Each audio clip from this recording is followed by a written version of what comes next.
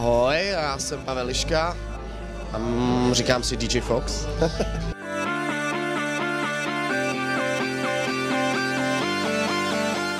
10 let prostě se snažím něco vytvářet, neříkám jako svojí producentskou tvorbou nebo to, ale chtěl jsem to vždycky hrát a díky nim a klukům, který to tady dělají, to se k tomu dostal.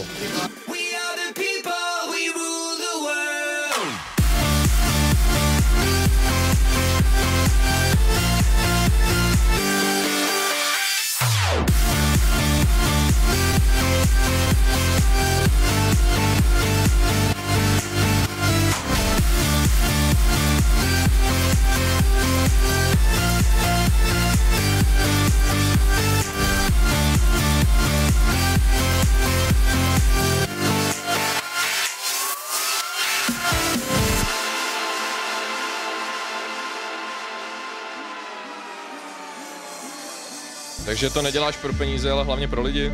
Je to láska, vždycky je to láska k hudbě. Nevím, co víc tomu říct, je to vždycky takový jakoby energický okamžik a to je asi celý, co bych tomu dodal, prostě je to vždycky náboj, který tě nějakým způsobem pohltí a jedeš s ním a jestli to miluje člověk, dejme tomu elektronickou hudbu nebo něco jiného k tomu, je to vždycky pro něj hodně, je to jedno, jestli to máš tak nebo ne. A vždycky to budu podporovat, jak už i kdyby hraním nebo nějakou jinou tvorbou prostě k tomu přispět, aby ta elektronická hudba trošku prošla skrz všechny lidi.